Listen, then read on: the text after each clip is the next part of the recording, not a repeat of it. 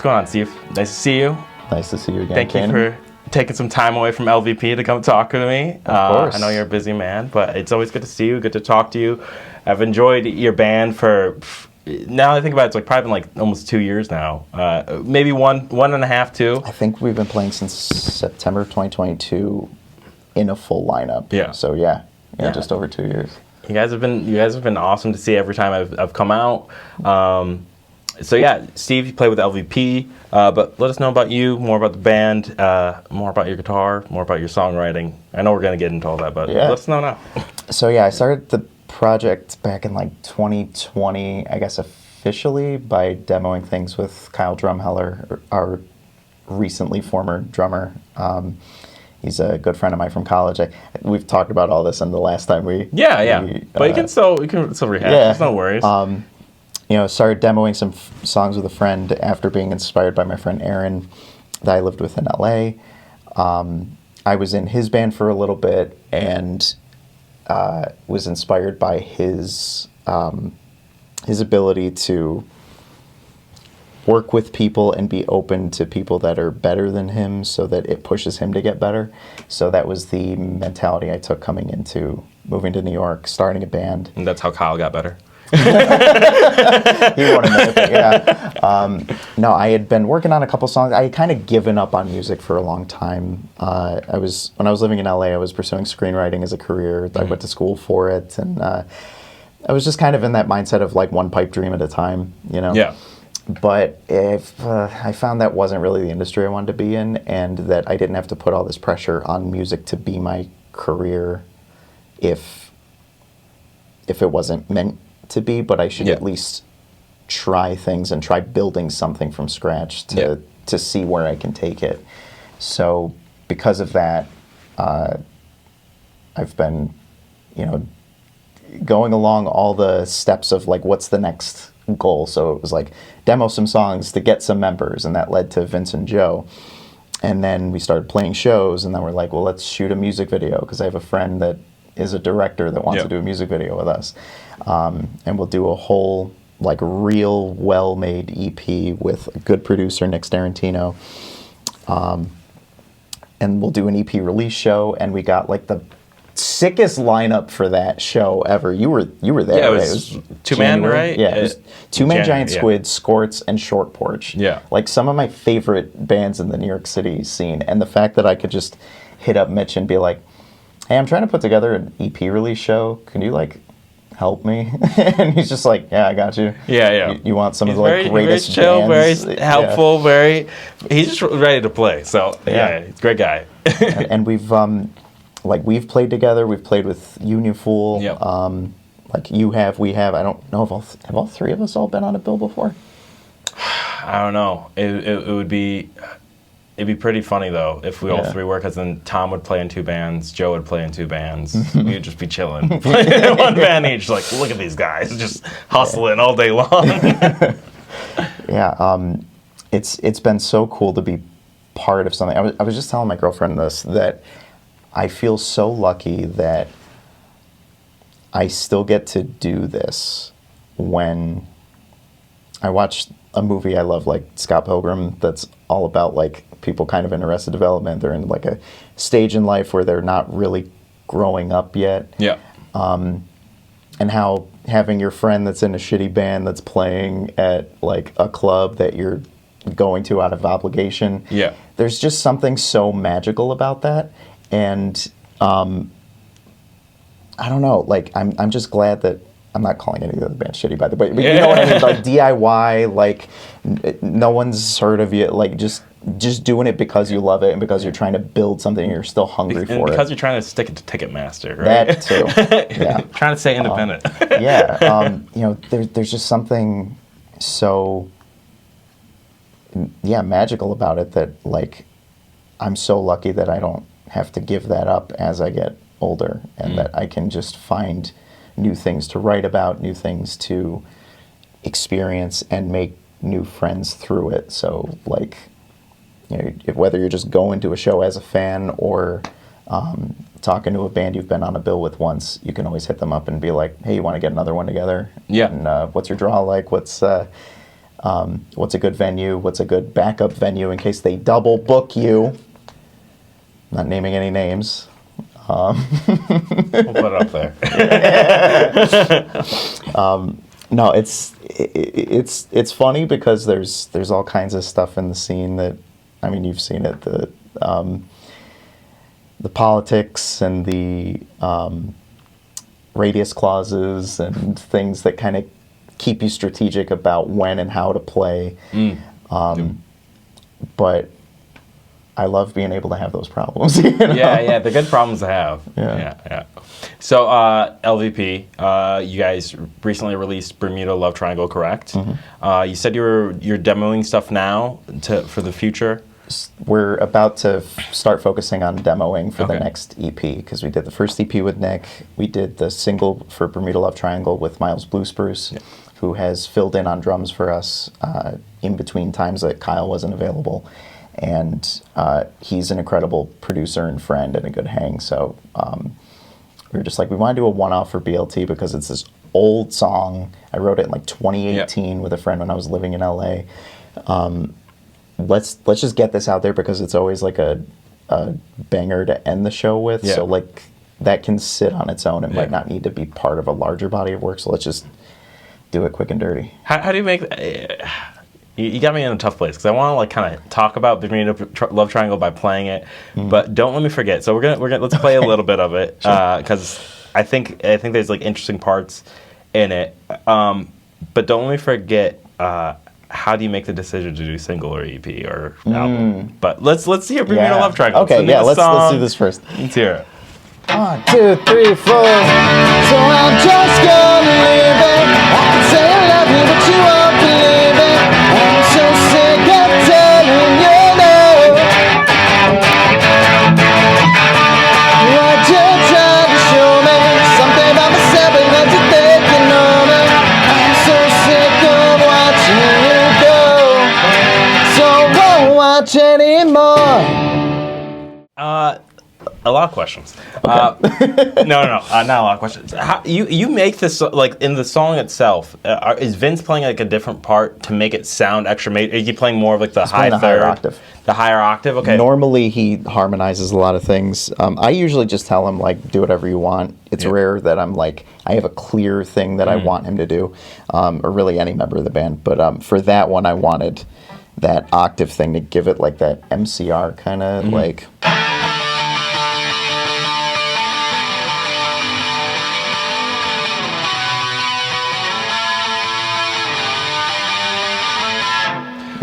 But like the thing is like it sounds so distinctly like D major, right? In my head, and like when I'm hearing it, I'm hearing the whole. I hear that third, but like I'm seeing you play it, and you're not like playing that at all. Yeah, so. I'm just doing just power chord strumming. But you also play the second chord, which is what B. Oh, so yeah, I literally just add the middle finger over on the seventh here. Yeah.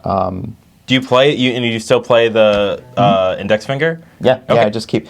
I've got bad form. I don't. No, that's not bad form. Fully bar. I don't know how to bar with my ring finger. I really don't. So like, if I tried to do like that means you play like, your way. And you make your own song. Because like I'm instinctually playing that, and so instinctually I wouldn't do this that second chord because I go to this one. I'm playing the same, a little bit different voicing. That's I really like that. And then songwriting wise, like how did like you said you've had that forever. Like how did that come about songwriting wise? Like what got you in that neck of the woods? What you got to use that chord progression? I was on the toilet. Okay. It's a great place to do. Do you keep a guitar next to the toilet? No, so I didn't write the music at first. I was just sitting doing my thing, and and I just had a lightning bolt of inspiration of, so I'm just gonna leave it. I could say I love you, but you won't believe it. And I was like, shit, that's good. I got to write that down. And I just built out the lyrics and the melody from there. Did you? But like that first melody, you had that while you were in your first moment of inspiration. Then, yeah. So it's just okay. So then a lot more of that was like a little bit easier to follow because you already had that inspiration. So my roommate Aaron, who's this incredible musician and producer, he's in a band called Wilt that's like blown up on TikTok and Instagram and stuff. And they came through here in April, I think. They were on tour with 3 Mo Drive. I took it to him and I was like, listen, man, I don't know why I'm having trouble like putting chords to this, but I can sing it for you, and I bet you could do it. And he knocked something out immediately. And he was coming up with like interesting parts. So like what you were saying about, or earlier about it having some surprises and like changing up the progression and stuff. Like the fact that the intro has like 2 separate progressions, like the main one is the, and then there's another one that's like, that's all him. And I was like, okay, I never would have thought of that because I probably would have just played the same shit over and over again. So that's where a lot of it came from. But the problem was we tried demoing it together, and I have a recording of the original one. But I did not learn how to play it the way he did. Oh, okay. So when I was back home with my mom during COVID for a little while, I had to try and learn it by ear and just dumbed it down. Like what I came up with was like close it up. enough. You didn't dumb it down, you steamed it up. Because I told it to him after. I was like, I just had to like do it again by ear. I think I'm missing more complicated chords that you were doing and stuff. And he was just like, hey, whatever works for you. So I mean, you're the one who's going to have to play it. If you're going to write, record it, perform it live, you got to kind of make it what you can do as opposed to what someone else plays it as. Yeah. Do you from that writing perspective, like it's like that strike of lightning inspiration moment. Is that like how you feel like you come up with like a lot of your lyrics? Like, is that because that's the chorus, right? Sing it again. So I'm just gonna leave it. I could say I love you, but you won't believe it. So that whole chorus part, when you're building out the verses from there, is it more strikes of inspiration or like multiple drafts of like trying to write the verses and everything? It's different every time, but there's definitely, it's a good jumping off point. Like whatever it is, whether it's a verse or a riff or a chorus or just a simple melody to hum, something usually leads to build off of that. So with that one, I've had the same thing happen with songs like Raspberry and a couple others I'm blanking on now, but something where a phrase will get in my mind and it almost comes like married to the melody, and I'm like, why did I subconsciously say that? You know, what about this song, this start of a song, this melody, this progression, what about it is making me feel those words? And what else is there to it? So with that one, it was very much like I was in my feelings about not being over an ex and then trying to date other people and realizing that I was holding myself back from fully giving myself to new people because I still wasn't over the last person. And it was just culminating in frustration that I was like taking out on other people, not so much directly, but it was something I was feeling inside. Yeah, it's like almost like self-sabotage. And so I just kind of wanted to play into that character a little bit of like kind of not on purpose writing like a douchebag anthem of just being like, fuck you because I'm unhappy, you know, like that's it. I wasn't actually doing that, but I could see how I could go down that road, and I feel like it's a good way to grow as a person, to lean into it when writing a song, because you give yourself the freedom to explore those feelings without actually taking anything out on anyone else. Like Coffin, same thing. It was like that was trying to imagine a toxic relationship from someone else's perspective of how I could be codependent or at least how they could see me that way, and playing into that. Because once I have something looking back at me to say that, I can look at it and say, okay, I didn't realize I felt this way. I need to keep this in mind so I can grow from it. What's the lyric that you really feel like stands out in Coffin for that? I'll trick you into thinking that I'm enough. Yeah. Do you steer into like the romance a lot with your writing? Not as much as I used to. Because it sounds like you need to be writing like some fantasy novels.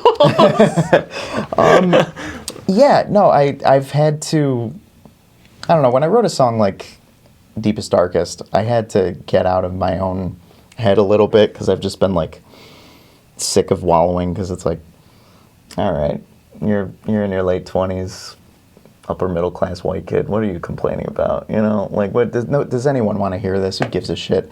But I also don't want to dismiss my feelings or my pain and not be able to grow from it. So I'm like, how else can I explore these things without it just sound like I'm whining about stuff?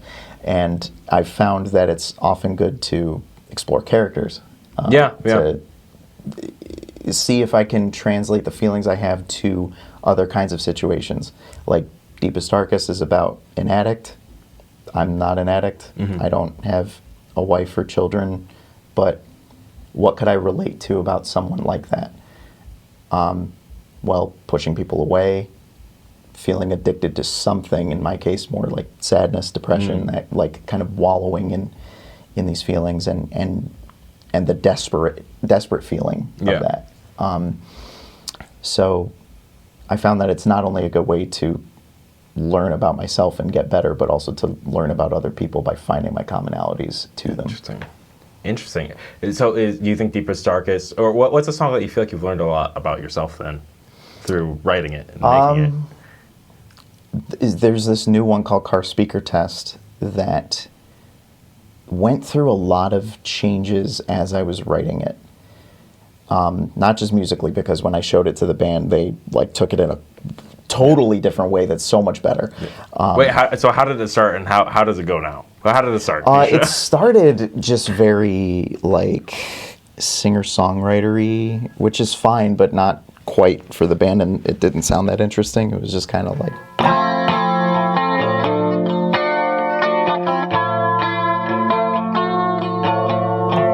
But now we've got like a cool bass line, a cool drum pattern, a really great riff from Vince. So now for me to fit in it, I just kind of go, I just arpeggiate it, and I'm like...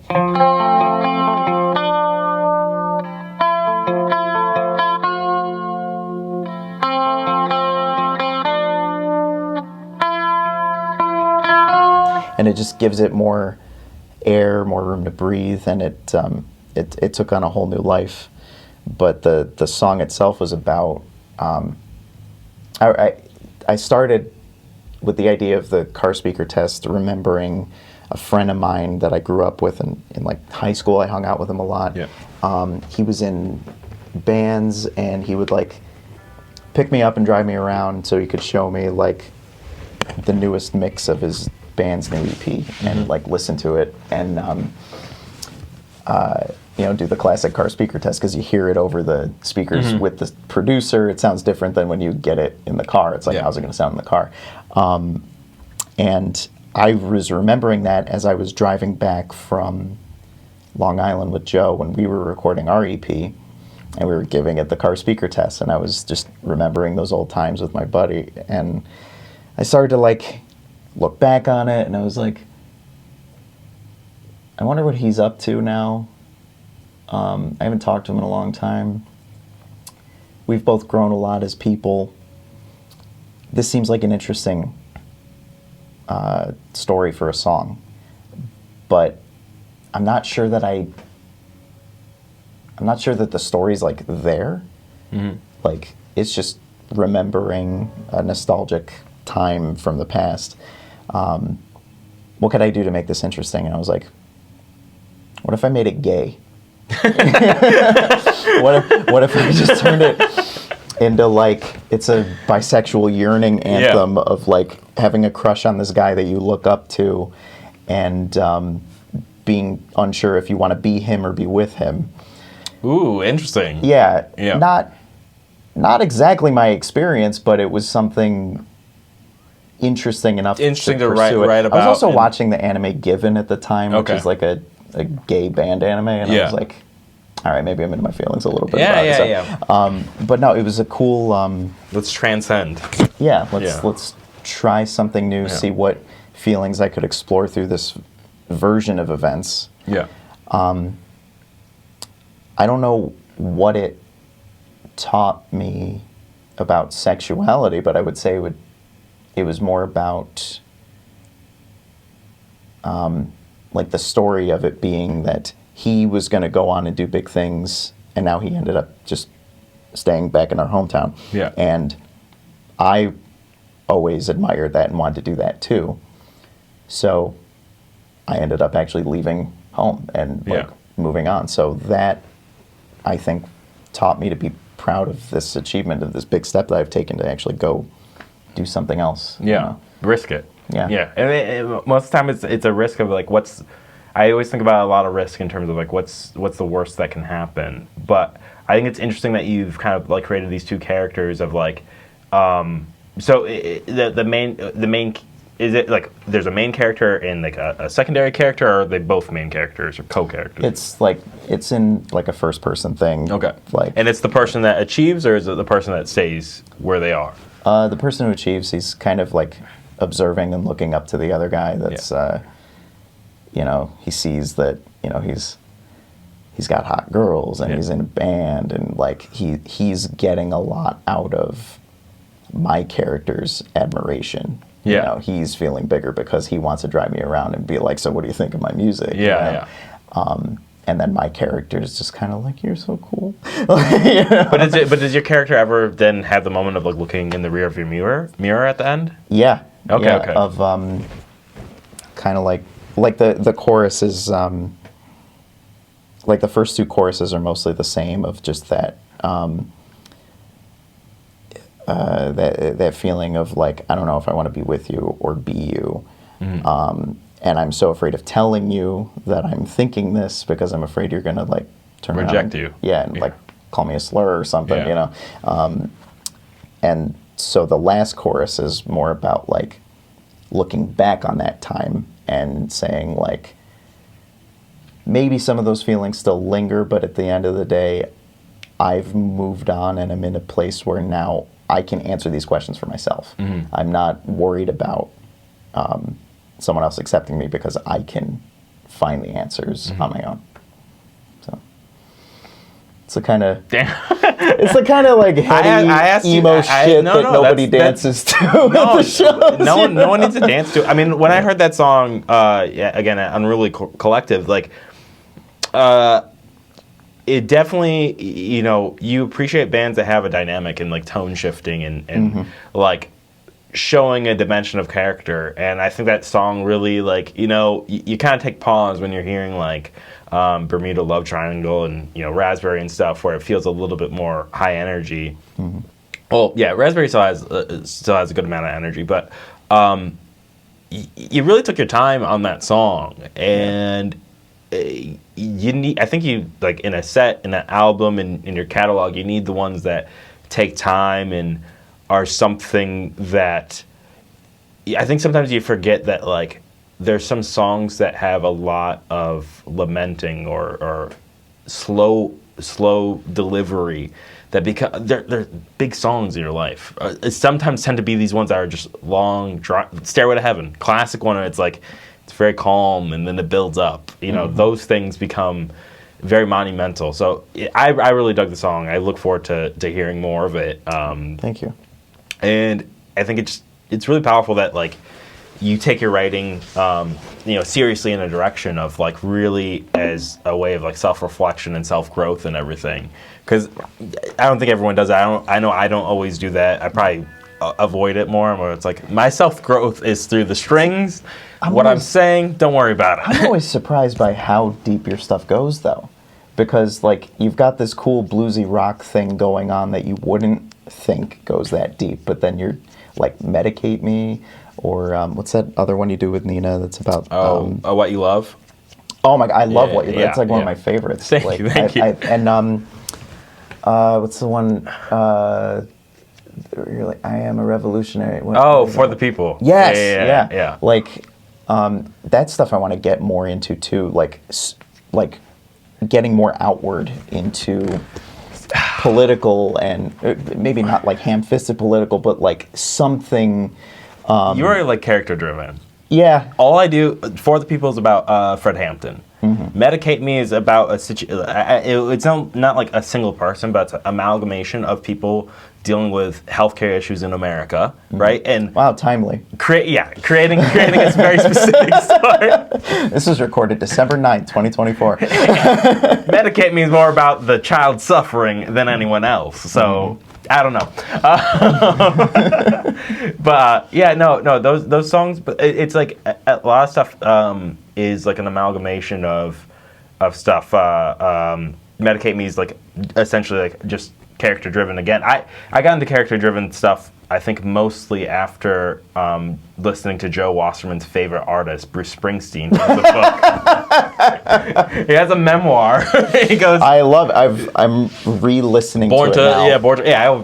I've listened to most of my books, especially when they're nice and long, especially about like musicians and stuff. But that's what got me into character driven stuff. And yeah, that's all. A lot of times it's read, and that's how I get like, okay, I don't want to talk about this person or that person or this amalgamation of people that've had these experiences. That's where I tend to go a lot. Yeah, I mean, I think it's the two sides of the coin where it's like you have the side of the coin that I very much admire, being able to talk about yourself in these situations or create, not necessarily about yourself, but there's like this certain expression and growth of yourself that comes through your songs, through your voice, through your words, also through your guitar and stuff. Where I stay very distant from those things, and I don't know why necessarily. Sometimes I get more into it, but I really respect that. Thank you. I think it can be intimidating for people to bare their soul, for one, and to be vulnerable, especially when there's a lot of posturing in rock and roll. There's a lot of like macho shit that has never been. I wear my strap low. That's the thing. I still get. But you play with a wireless system, so don't escape the macho-ness. Wireless system and cut off sleeves. Okay, but that's because I do this to every shirt I have because I can't stop sweating. So I'm like, well, I don't want to throw it out, so I'll cut it into a tank top. There you go. I really don't know how to shut up about myself. I think that's my problem, and that's why it comes so easy. Good thing you write music. It'd be different if you didn't, because I don't get that from you, that you never shut up about yourself, and I wouldn't assume that through your music. Now I'll be very critical. Yeah, maybe it's your own worst enemy thing of like I'm hyper aware of it. I would like to think that some people, an audience, or even just family and friends could like find something of themselves in it. Yeah. But I also have a lot of respect for the kind of artist that's like looking more outward and like still being themselves and displaying themselves, or at least the version they want to project through their stage presence, through their voice, like just the choices and melodies that they make, Speaking of voice, you really do oh boy, here cut the edge of like you have a very suave voice at times, and then you really break the barrier in very great artistic ways. Have you always? I mean, you were talking about metalcore like way earlier. Is it from that? Is it from like? Where do you decide to make I mean, obviously it's like the chorus is typically where you make the decision. Yeah. But even like in something like Deepest Darkest, you have these layers of calmness that are almost equally combating this very aggressive voice. Yeah. Was that like a very deliberate choice to make them almost like the same level? And I don't know, are they panned right and left? Like I can't think. I think the main voice is kind of dead center, and then the harmonies are kind of right and left and calmness. Yes, that was how we did it. But the level feels very like really in the same spot.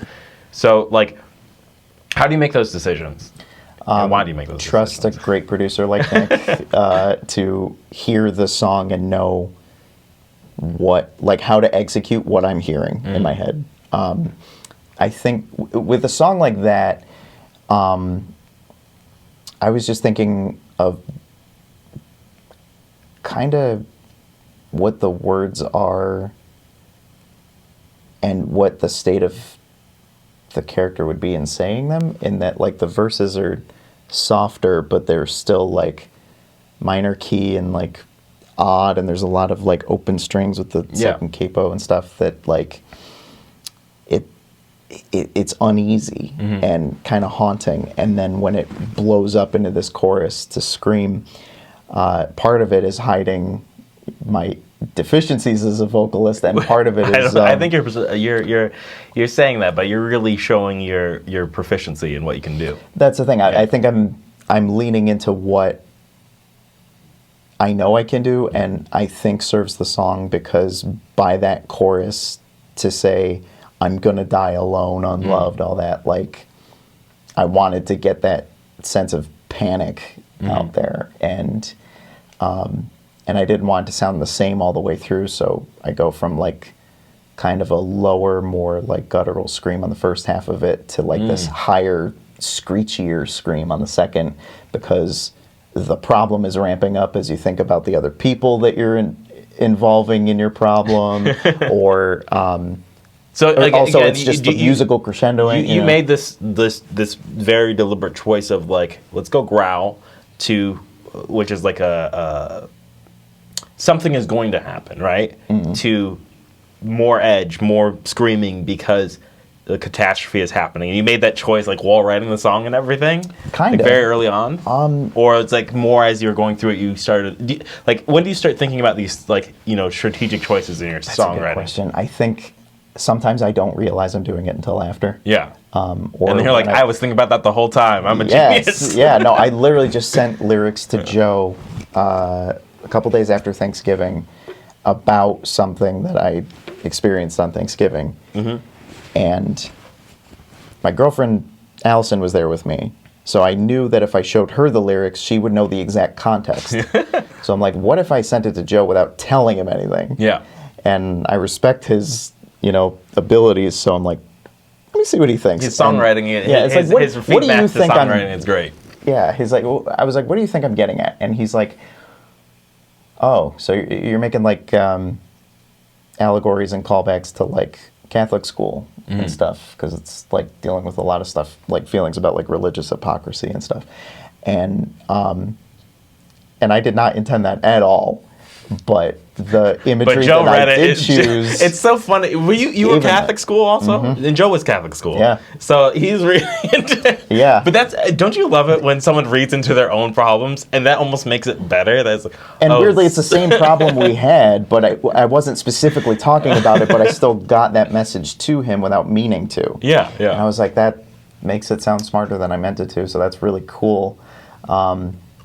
But also, is that because you have that frame of reference too? What are the words? Do you remember? I don't know if I can say them honestly. Okay, but, never mind. No, I mean, the opening line is like, what is it? I feel the noose around me tied into a Windsor knot. And he thought I was talking about Catholic school, and I was actually talking about capitalism. I was like... No one has time for Windsor knots and capitalism. It's what it's short. What's the normal knot everyone is? I thought it was the Windsor knot. Windsor knot's complicated. Is it? Yeah, they're all complicated. I pre-tie all my knots or all my ties. You heard it here first. Yep. I take one day to do it, to just like get it ready, so that next time I need it, I could just loosen it. Honestly, the best way to I think I love scarves in the winter. Best way to put on a scarf is to almost tie a tie knot, which is like the whatever four in hand or whatever it's called. I've seen you do that. Yeah. Best way to, but you don't have to do the full like through the loop or whatever. But that makes sense too, because I always end up just kind of like wrapping one long end around, so I've got two hanging this way. And I'm just like, I don't know a better way to do this, so I guess this is what I do. That makes more sense. I just do the simple one. I've learned to do Windsor. I've learned to do Trinity knots before and everything, but I'm just like, I don't even wear a tie to work either, and I don't hate my job. I like my job. It's just the image I was trying to capitalism. convey. The tie is the image of capitalism. You know, at the end of the day. That's the thing. I end up. I don't edit my stuff very much. Unless I have a glaring problem with it, or someone else is like, that's just wrong. Yeah. I don't really do second drafts because I'm kind of caught. I'm very romantic like this. I'm very caught up in the moment of inspiration. Yeah. Not a very sustainable way to write songs, especially if you're just waiting around to be inspired all the time. Waiting around to be inspired is very frustrating for writing songs. I think I'm more in that place than I like to admit, and it frustrates me. Because waiting around to write songs, I think feels more. There's a satisfaction there of like ease, right? Sitting down every day to write a song has a satisfaction of effort, right? And that sometimes that satisfaction of effort is all the effort to get to that point. Just like, God damn it, like I've been fucking sitting here like 10 weeks just trying to figure out. Lyrics are like the last thing I do 9 times out of 10, and it's like it can be the end of me sometimes. I used to do it in pretty much any order. Now it's very rare that lyrics come first. Now it's been like I need to write. I just like mess around, find a weird chord and build around that, and then play it over and over again until it brings that like subconscious feeling out of me, like Raspberry just going like.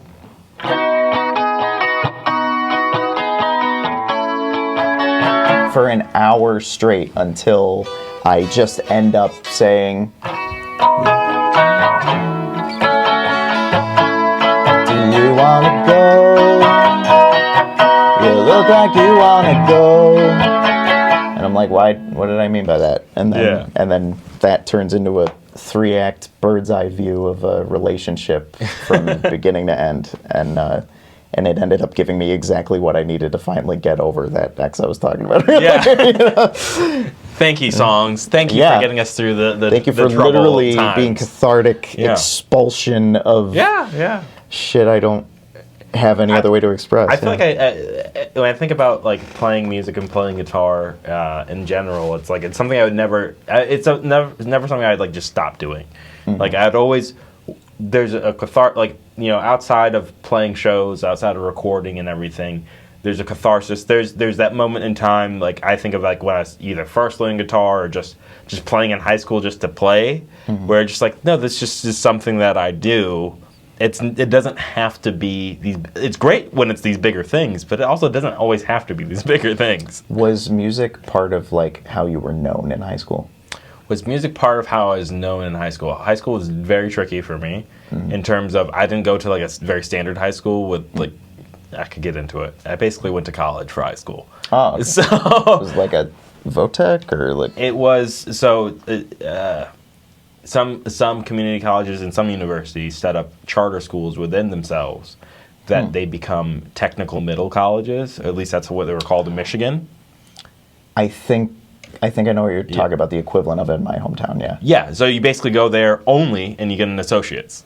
So that's what I did. So I was really known as like, I had long hair and maybe some people knew me from playing guitar, but a lot of more people knew me from like, hey, can you help me with like my calculus homework? And it wasn't other high school students. It was other college kids. They're like, we know you're in high school. You have nothing fucking better to do. Come help me with this fucking chemistry homework. I have to go work a double shift after this class. Community college is the best. Honestly, it's one of the best places in terms of like the melting pot of like different backgrounds and educations and approach. Well, everyone's approach to education is, I'm trying to get this damn degree. Yeah. Like when you go to university, and I went to university after that. And when you go to university, it's like there's a lot more of this free form, which I think is really great, and maybe I personally could use because maybe I'm sometimes too rigid of a person. But community colleges is a great place. It's very funny to see like the differences in people's approach. Where like you go to a community college. Even if like it's kids that don't really know what they want to do, they kind of quickly figure out what they want to do. while these longer universities is because they go community colleges a lot of times are like 2 years from where I'm from. Yeah. But there's a lot of universities that are 4 years, and so you get into this idea that you have a lot of this time to think, which can be nice. Which I wish American schools in general gave us more of a break in terms of being able to think, being able to put together a life that isn't just like you go from A to Z and then you go from Z to dead. So it becomes tricky. Luckily, we have music. That's what can I say. I think everyone I knew in university changed their major, including myself. I started as like a magazine journalism major because I wanted to write about music, and then it became from being in that school and being around a lot of film kids, I was like really getting into film. Yeah. So I was like, oh, I'll like direct music videos. Like music was always some part of it, you know? Yeah. And then when I switched to film, I found myself really drawn to screenwriting, and I was like, okay, so I'll write movies about music. You know, it's always going to be. Have you written a screenplay about music before? Like 4. What's happened to them? Nothing. Oh my Why God. not? Because they're bad. Why? Because I got good enough to recognize they were There's bad. not like I always love the idea of like what's the thing of. So you say you have like a 500-page essay, right? Mm-hmm. How do you say that 500 words in 100 words? How do you say that in 20 words? How do you say that in 5? How do you say that in 1 word? Yeah. I like to think of the same thing in film. How do you say your long movie in maybe 10 seconds? Yeah. 1 minute, 5 minutes. It's a lot cheaper to make it that I want to way, see. too. I want to see your movies. Oh God.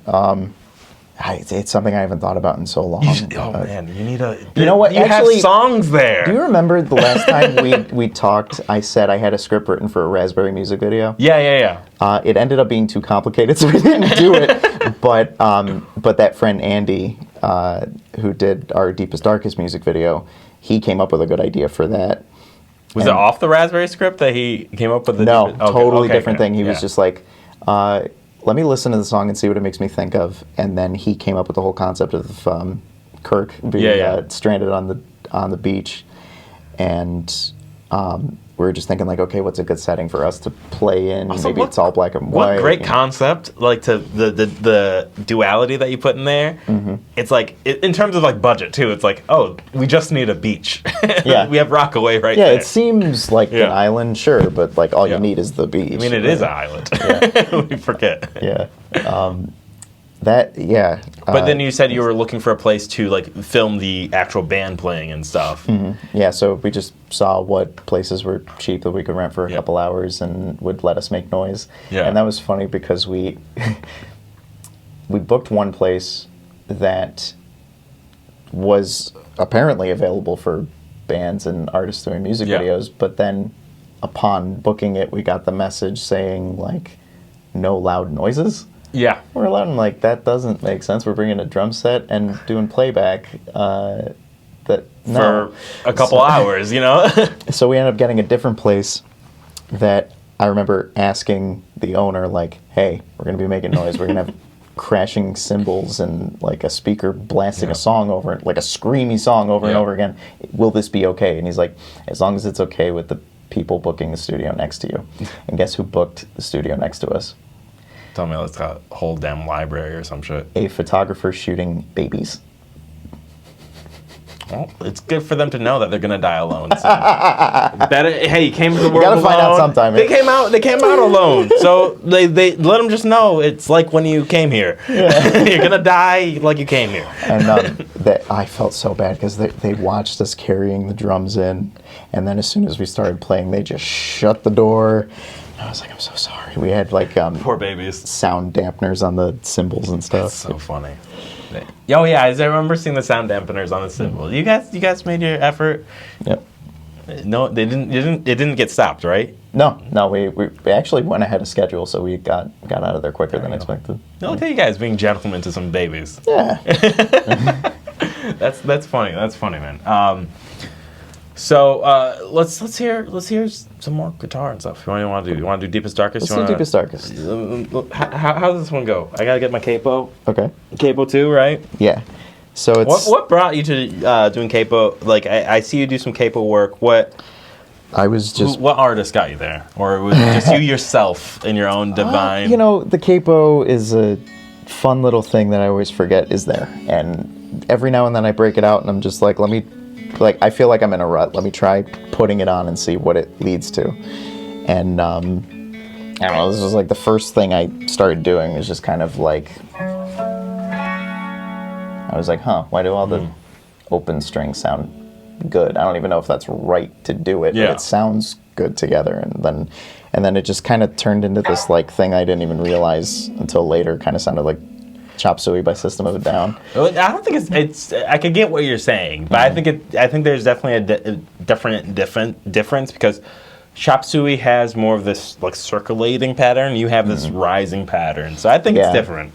Yeah. But I appreciate the genesis. Yeah, no, I'm aware. Like I'm always the first to hear when I'm ripping something off, even when I don't mean to. I love to rip things off. It's the basis of most of a lot of my songwriting is like that. That was the first thing I learned in screenwriting class was amateurs create, professionals steal. Yeah. Steal like an artist. Yeah, exactly. So yeah, it just kind of started. I was like, I like the openness of this. Like, what if I just like kept rising until like.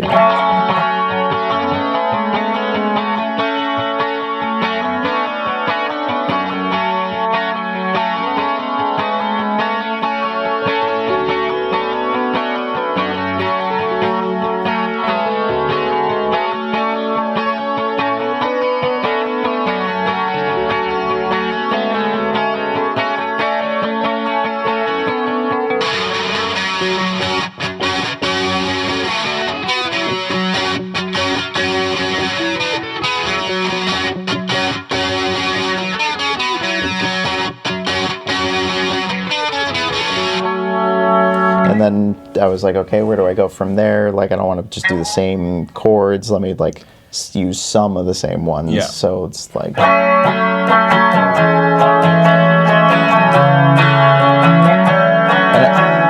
And I could just keep getting away with keeping all these strings open because it just sounds lush and kind of haunting and stuff. Wait, what did you play there? So it's And then you go back to.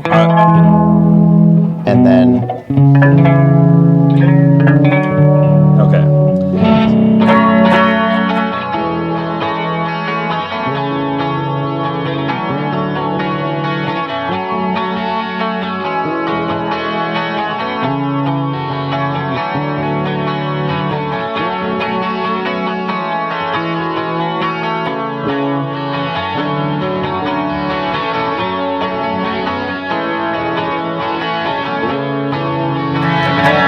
It gets big with those same chords again, but now it's like I'm screaming and I'm like.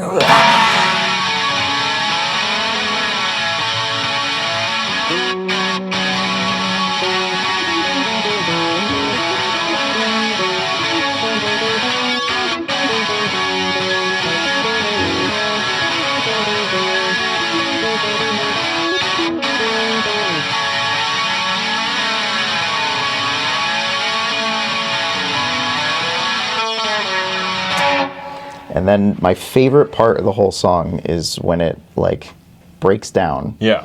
And I'm back to the verse chords, but it's just me and like light like dun, on the kick, and then the drum fill comes in, and for the first time, instead of doing this part clean,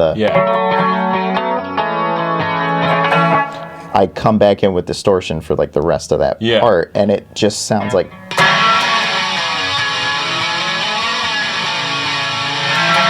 Like it gives me chills every time I do it, and that's always the part where I have that moment with the band where I'm just like, I love this song. Like I'm proud of this one. I feel good when we do it, especially as we go into that like bridge part that's just like the same chords as the chorus, but I'm like shouting deepest darkest and then it turns into gang vocals and it just keeps building and building, and it's just like this feels like making triumph out of a dark thing. Yeah. And that's why I do this. I love this. It's fun. You know? So like, building those moments were those like early things that like came into the writing, or was it? So did you write start writing the lyrics first, or like the No, actual? this was very much one of those, like, I need to see what the music makes me feel first. Yeah. I knew what the melody was going to be. I knew when I got to the chorus, I'd be like, rah, rah, just, I could hear it, but not what the words were. Yeah. And I tried something else at first, like talking about like something I regretted doing when I was a kid, and it just felt hollow. It felt like it didn't capture the desperation of it well enough, but this did. And to date, I think it's our highest played song on streaming. So. Yeah, I think so. I know it was our top song of 2024, so that's cool.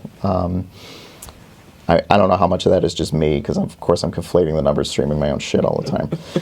Hey man, you gotta represent. I was just you be your own biggest fan, you know. Hey man, it's either gonna be you or someone that just throws. I had some shit where like they were throwing my song on like random playlists in like Germany and I think in Finland right now. Germany was our number 2 country.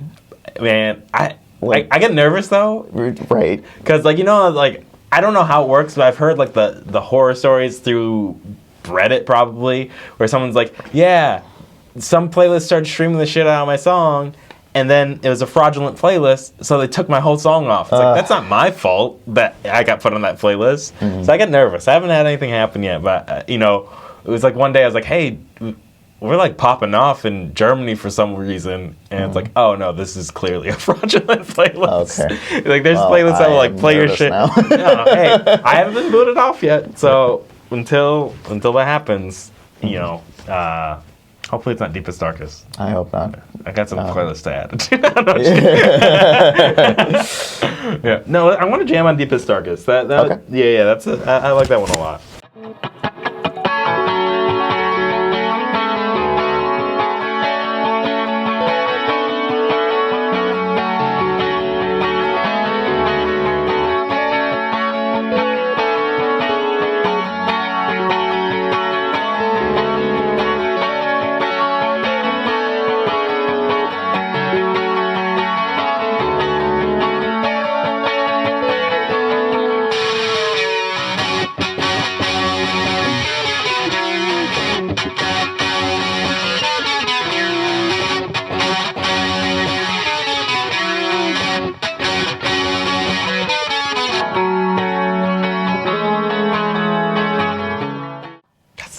It's a good jam, man. It is. What the below the setting line, the dun dun dun dun. How does that go? Which part? Oh, it's yeah.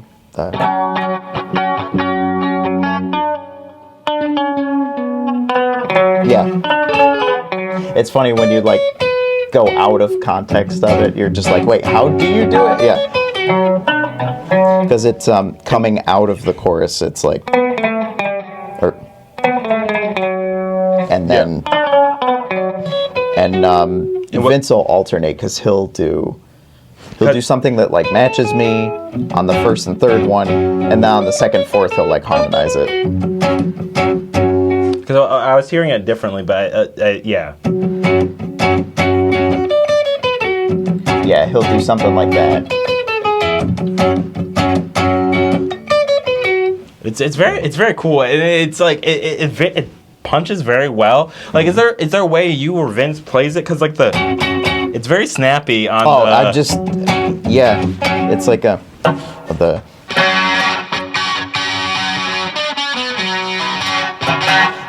what I've noticed that I like is he and I aren't exactly aligned on the end of the note. I can't replicate exactly what he does, but like I hold this note to go back into it.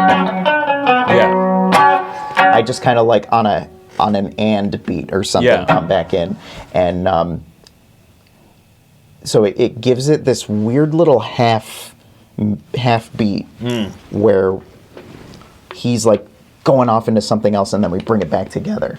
And I don't know if that was ever like intentional, but I never corrected it because I liked it. You know?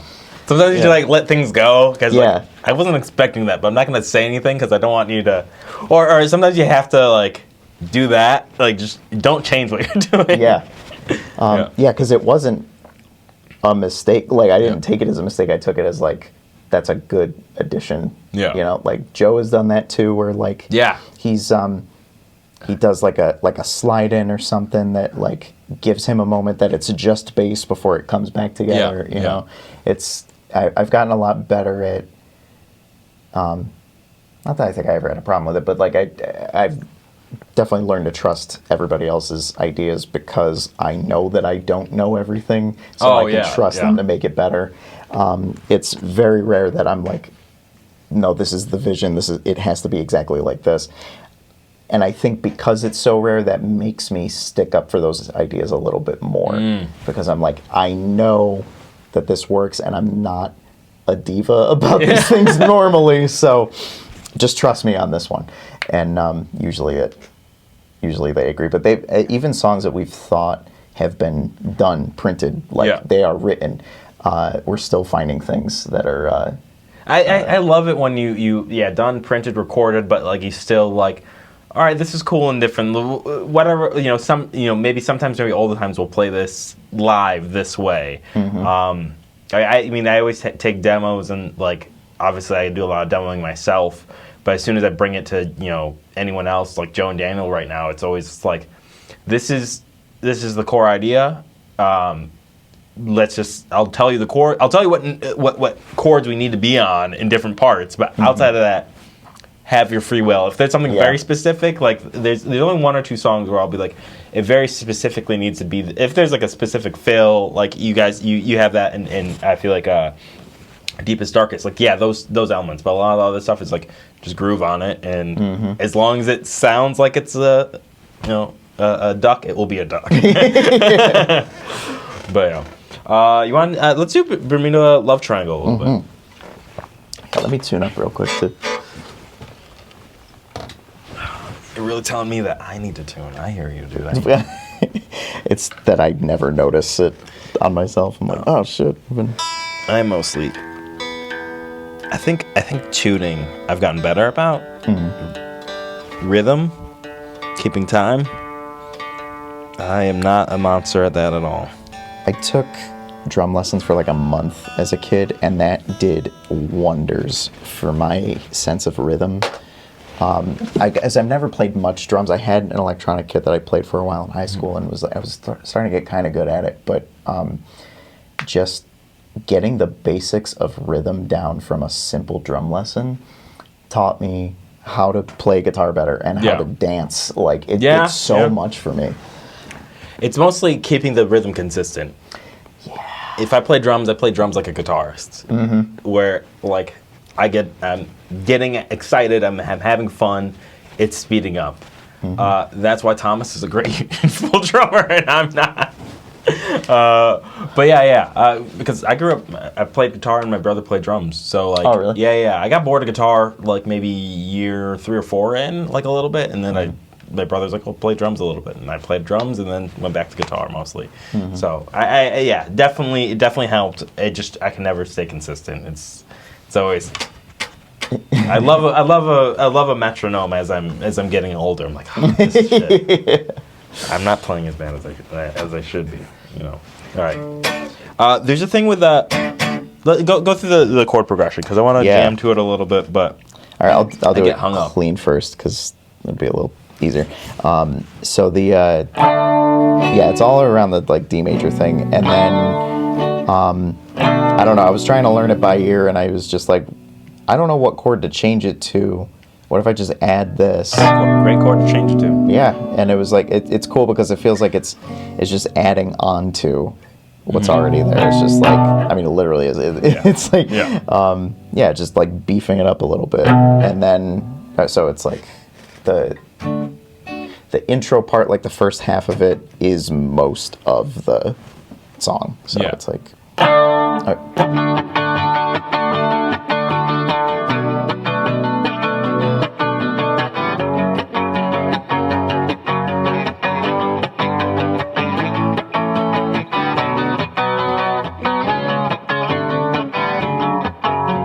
Sorry. No. That's the part. That's the part that gets me. Yeah. All right. What song is that?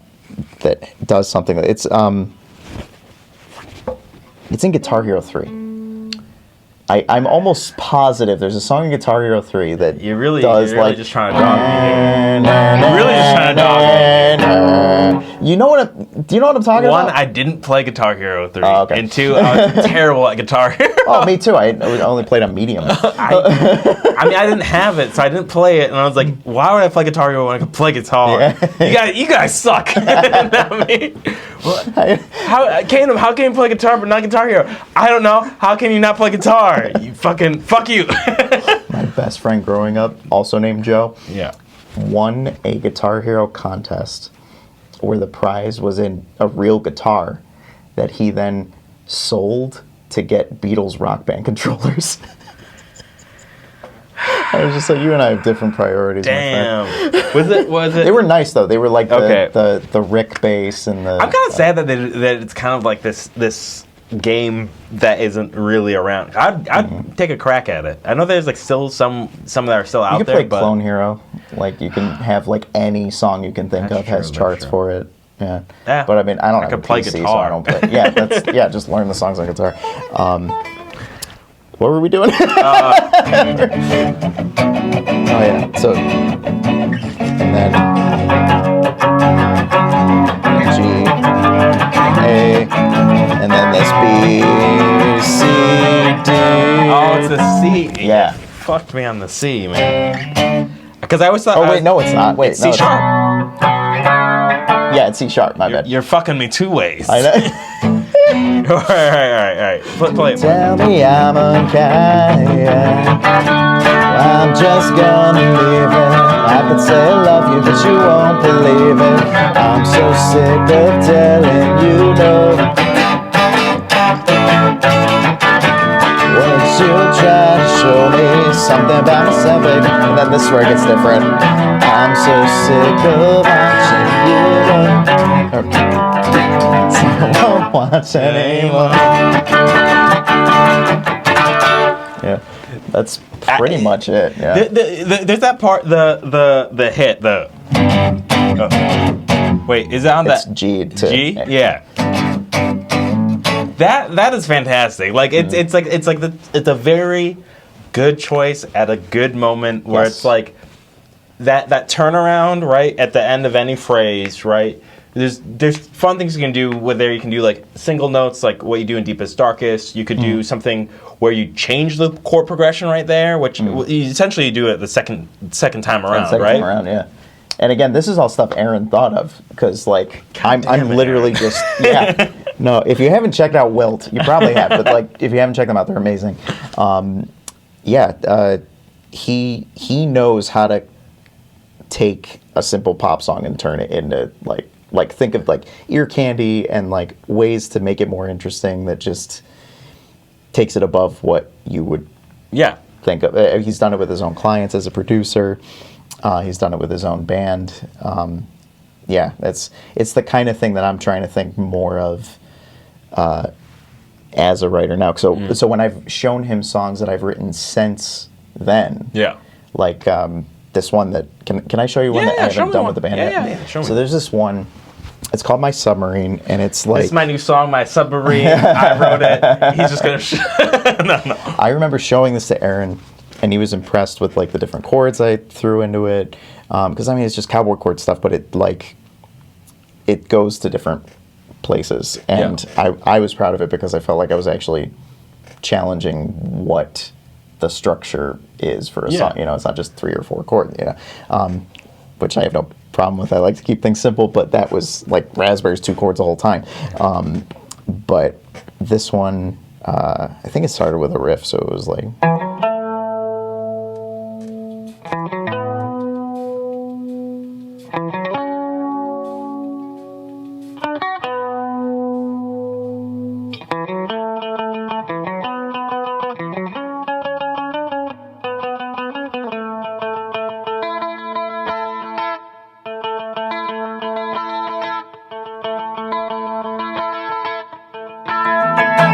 I feel lazy coming out of the building I'm walking past on a hot summer night, I just want that feeling to last.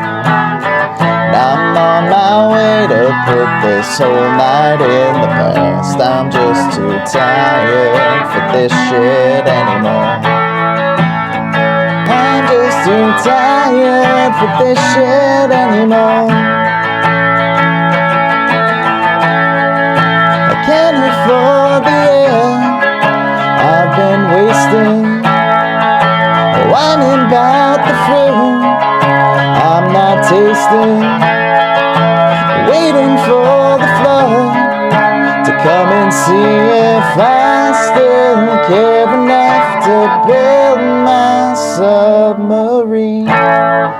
It's like a short That's version. sick. But yeah, it was like, let me try some different things, not keep it quite as simple. I mean, great progression, great feel. I look forward to, it was My Submarine. I look forward to it. You have like the thought concept of it already started? I haven't really fleshed it out with the band or anything yet. Yeah. I remember showing it to them at one point, and they were like, this is good, but it feels a little too Steve and not enough the LVP. How do you balance what Steve So is, what the LVP that was the first is? time I'd heard that, because I was like, I thought I was I started. I thought this was me. but they were right, because it has become the four of us, not just me. Just the process is I start it, we finish it. Yeah. And as I was playing, I think I was just playing it acoustically for them, so maybe they weren't hearing what was in my head of how the band would fit into it, or we hadn't been playing long enough together for them to know, or to get their own ideas of what they would add to it, and what would fit so it still sounds like the same band. Because that is, I don't want to say it's a problem, because I love bands that change it up and do different things, because I don't want to hear the same thing over and over again. So I think we have been able to toe that line pretty well of changing things up, but you can still tell it's us, because we still have the same patterns and tendencies and the ways that we play and our voices that I think unifies it. So I would be very curious to see what they think of it now.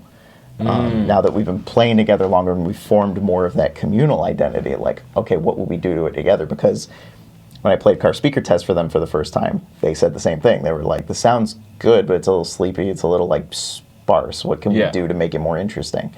I'm sure they could do a lot to make it more interesting. No, that's it. It is always this fine line of what is this project I'm working on sound like versus what do I sound like? Because I think it's difficult, because I think we hold multitudes of music that we listen to and that we love, and it becomes difficult because from a certain perspective, maybe you do want to give something very consistent to people that are listening, but sometimes you do feel kind of constrained, I also fucking like metalcore, I like thrash metal, I grew up playing heavier shit, harder shit, and it's I would love to play this, but on one hand, is it going to really, people are expecting a certain thing, or the band's expecting a certain thing, or the audience, am I going to burn too many people by playing in a different way? So I understand the struggle completely. I think about what is Rick Rubin's influence on Red Hot Chili Peppers to do Under the Bridge, because I forget who, I don't know if it was Flea that had the lyrics or Anthony that had the lyrics. One of them had the lyrics, and it was this whole thing where the song, from maybe the band's perspective, felt too soft for where they were at the time. And the recruiter was like, "No, play this shit. Give it." Who's the guitarist? I'm blanking. At that time, Frusciante. Yeah. Give Frusciante a chance to write some chords to this, and then that's how that song came out. And we kind of consider that a Red Hot Chili Pepper classic, probably. But at the time, for them, it felt like this weird, uncomfortable. This isn't really how we express ourselves. So I look forward to hearing, My Submarine and the other songs, and I know it'll have its own LVP twist, but I know you'll also expand how you're playing, obviously where you're playing, what you write, and yeah, no, I mean it's been awesome to hear you guys play, what you guys make. Guys as individuals and as a band are very cool and fun to be around, so I really look forward to it. Is there anything else you wanted to talk about? Anything else you wanted to jam through? Shout out Kanem and the Diamond Dogs, and You New Fool, and the Strange Neighbors, and Two Man Giant Squid, and Skorts, and Wilt out in LA, and Panic Order. Panic Order is amazing. So many good bands out here. Like, we're really lucky to be part of this. Yeah, it's scene, it's a good time. Good time to be alive. Mannequin Pussy should be the biggest band on earth, and they aren't because of their name. So put some respect on that shit, because they're amazing. Steve with LVP, thank you so much. Thank you for having me. Where can we find you and all that stuff? So at the LVP Band on Instagram, our link tree in our bio has all our other socials. We're on Blue Sky, because fuck Twitter. We're on TikTok while that's still available. Well, the world's really just falling apart, isn't it, King? Hey, man, TikTok is my world, and I will be destitute without it. We've got a music video on YouTube. Our brand new single, Bermuda Love Triangle, came out last month, and it's up everywhere. Get those numbers up for us and come see us scream. Yeah. Yeah. We're going to die alone. Yeah. No, but this is awesome, Steve. Thank you so much. Oh, thank you. This was so much fun. I always have fun doing this. Now you're just a stranger on the side of the bed. While you lie there sound asleep, I will be here late day.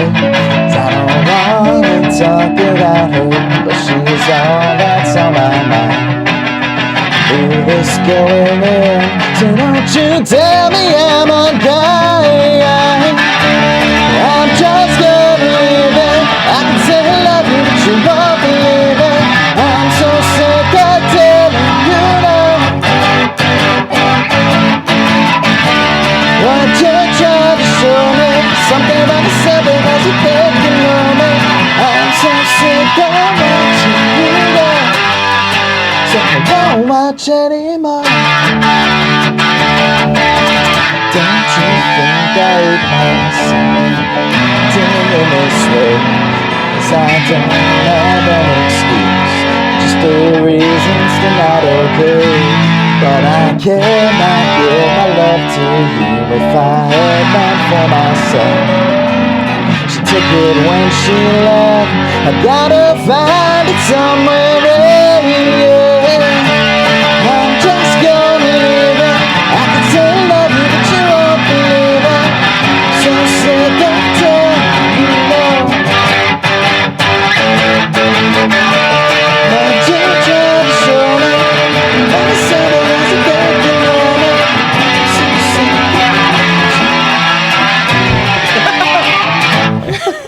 sick. So I won't watch that anymore.